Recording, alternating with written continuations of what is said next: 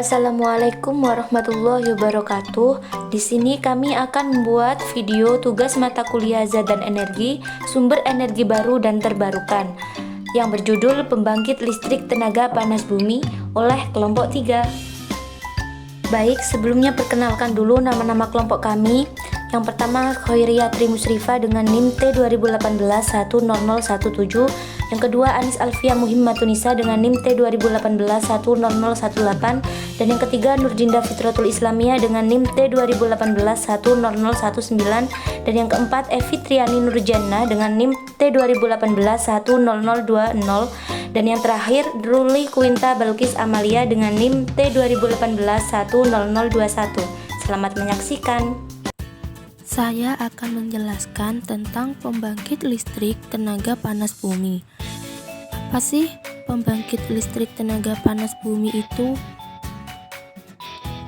Pembangkit listrik tenaga panas bumi atau geothermal power plant merupakan pembangkit listrik yang memanfaatkan panas yang dihasilkan oleh perut bumi untuk menghasilkan tenaga listrik. Panas yang dihasilkan perut bumi ini dapat berupa uap air maupun air panas yang kemudian digunakan untuk memutar turbin yang dikopel langsung dengan rotor generator untuk menghasilkan energi listrik.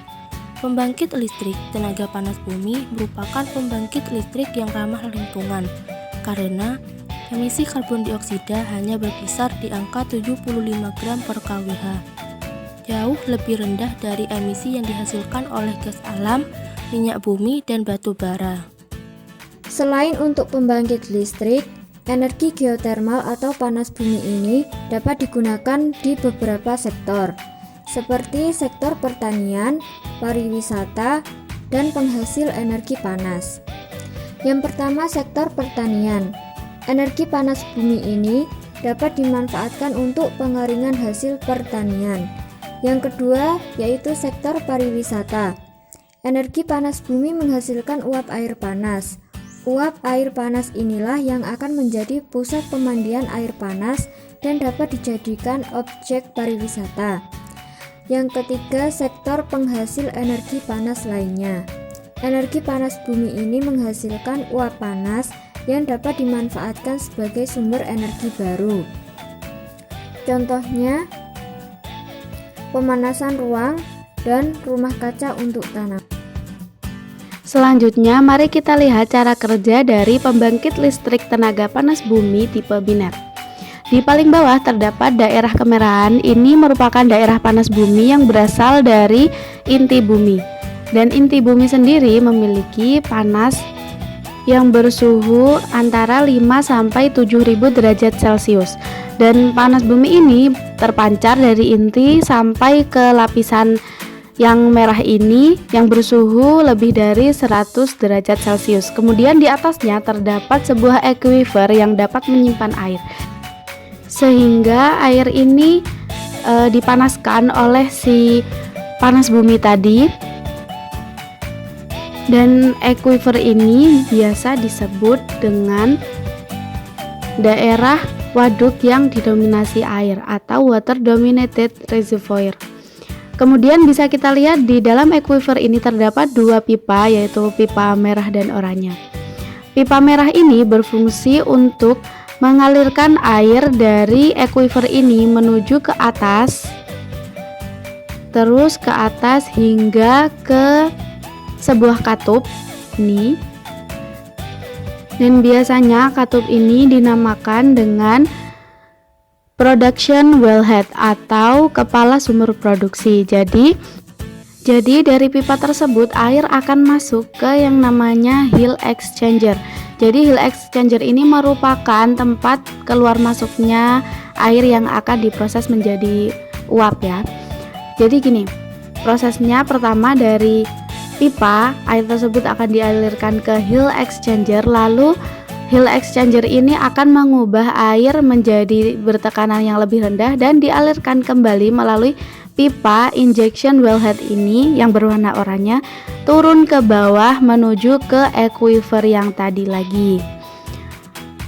Jadi seperti itu kurang lebih. Lalu di sini dari hill exchanger Dari heat exchanger ini air masuk melalui pipa merah, dan heat exchanger ini akan mengubah air menjadi titik didih, mempunyai titik didih yang sedikit lebih rendah dan dialirkan melalui working fluid pipes. Kenapa kok airnya dirubah menjadi titik didih yang lebih rendah? Karena ketika air sudah memiliki titik didih yang lebih rendah atau tidak terlalu panas, dia nanti akan berubah menjadi uap, dan uapnya ini akan dialirkan melalui pipa-pipa kuning ini. Lalu mengapa kok yang digunakan ini justru uap yang bertekanan rendah, bukan yang bertekanan tinggi? Karena dalam pembangkit listrik tenaga panas bumi tipe biner itu menggunakan uap yang justru memiliki tekanan yang lebih rendah. Kemudian biasanya dalam uap tersebut berisi kandungan seperti propana, isobutana, atau bahkan memiliki amonia dengan suhu yang lebih rendah. Lalu ketika uap tersebut sudah dialirkan dari pipa kuning menuju ke yang namanya turbin. Dalam pembangkit listrik tenaga panas bumi yang nyata, turbin ini memiliki ukuran yang sangat besar. Di sini turbin terdapat 3 turbin. Lalu turbin berputar. Saat turbin berputar akan menggerakkan generator. Nah, di sini ini generatornya. Lalu ketika generator berputar akan menghasilkan listrik yang sudah dapat digunakan. Lalu jika kita lihat di sisi belakang terdapat 2 pipa kuning. Di sini berfungsi untuk mengeluarkan uap yang sudah diturunkan suhunya melalui kondensor menuju ke heat exchanger lagi. Jadi pipa-pipa kuning ini semuanya menuju ke heat exchanger untuk kemudian dikembalikan lagi ke aquifer. Jadi ketika sudah selesai digunakan, turbin itu akan didinginkan lalu akan memompa kembali uap yang sudah digunakan menuju ke heat exchanger. Lalu bagaimana cara untuk mendinginkan turbin yang besar tadi secara cepat? Di sini digunakanlah menara pendingin yang memungkinkan untuk melakukan pengembunan dan menurunkan suhu uap yang telah digunakan tadi. Lalu bayangkan jika kita punya air di dasar menara ini, kemudian air tersebut akan ditarik keluar melalui pipa biru sampai menuju ke yang namanya kondensor, dan kondensor ini akan mendinginkan uap yang akan dikeluarkan. Lalu kita lihat pipa biru yang ada di atas cooling tower. Di sini berfungsi untuk mendinginkan air pendingin yang berada di bawah dengan udara, dan kemudian akan dikirimkan kembali melalui pipa biru yang ada di bawah ke turbin lagi.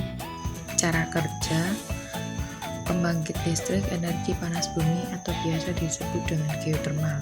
Apabila Anda melihat garis biru ini merupakan sumur injeksi, dan garis merah ini adalah nilai produksi dari katup injeksi. Kami memasukkan air dan dari proyeksi, kemudian katup proyeksi mengalirkan air ke pembangkit listrik, dan dari pembangkit listrik ada penukaran gas dan dari penukaran panas listrik ini kemudian menghasilkan daya. Kemudian jika Anda melihat ini merupakan sumur bor, dan lembah ini merupakan katup injeksi. Oke, selanjutnya ada berita faktual tentang pembangkit listrik tenaga panas bumi.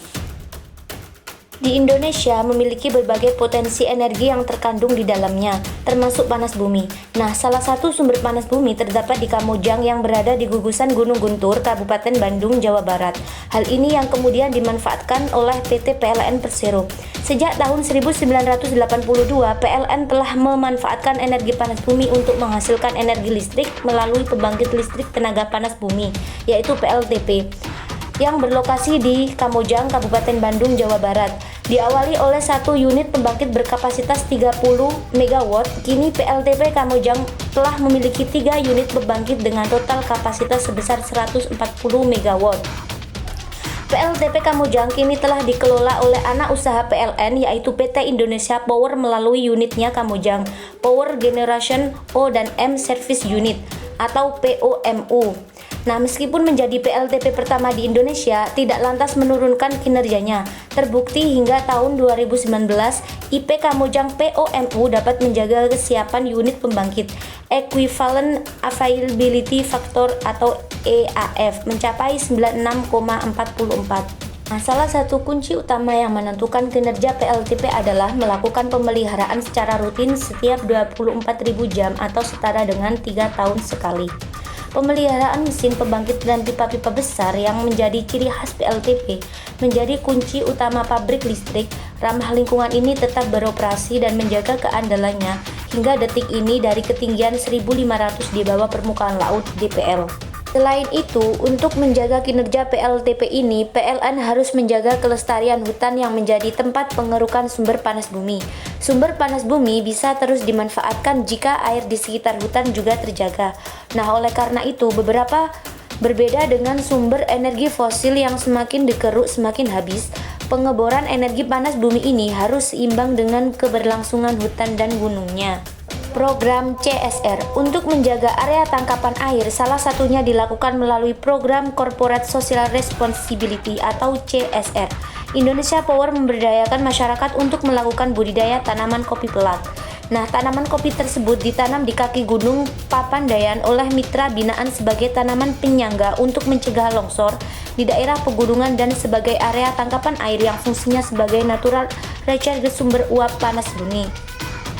Tidak hanya PLTP Kamojang, IP Kamojang POMU saat ini mengelola total 7 unit pembangkit yang berkapasitas 375 MW yang terbagi di 3 sub-unit, yaitu PLTP Kamojang sendiri, PLTP Darajat yang berada di Kabupaten Garut dengan 1 unit berkapasitas 55 MW, yang terakhir PLTP Gunung Salak yang berada di Kabupaten Bogor dengan 3 unit pembangkit dengan total kapasitas 180 MW.